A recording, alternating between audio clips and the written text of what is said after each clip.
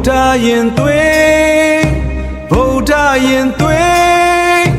မြတ်ဗုဒ္ဓဤရင်တွင်က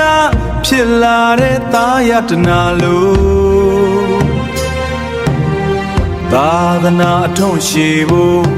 တာဝန်ယူကြိုးစားနေမည်ဗုဒ္ဓရင်သွေးစရာတော်အရှင်အက္ခသာရာအဘိဓမ္မာတရားမဟာဝိဇ္ဇာပါဠိနဲ့ဗုဒ္ဓဘာသာဓမ္မတရားလင်္ကာဒီပဓမ္မကတိကသည်သာသနာပြုဖို့မွေးဖွားလာသည်အိုးရှမချီရီမွေးဖွားခဲ့သည်ခမဲတော်ဦးတန်းရွှေမဲတော်တော်ချိုချိုတို့ဤသာလာနာဖြစ်ပါသည်အိုးဝါရွာမှာအခြေရီမွေးဖွားခဲ့သည်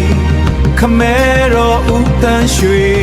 မဲတော်တော်ချိုချိုတို့ဤသာလာယတနာဖြစ်ပါသည်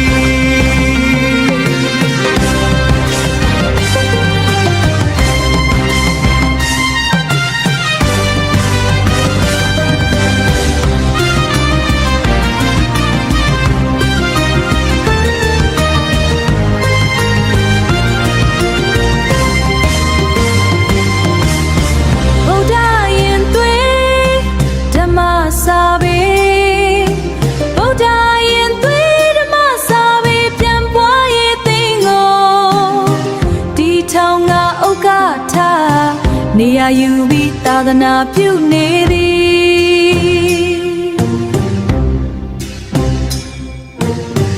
သာသနာနေအောင်လို့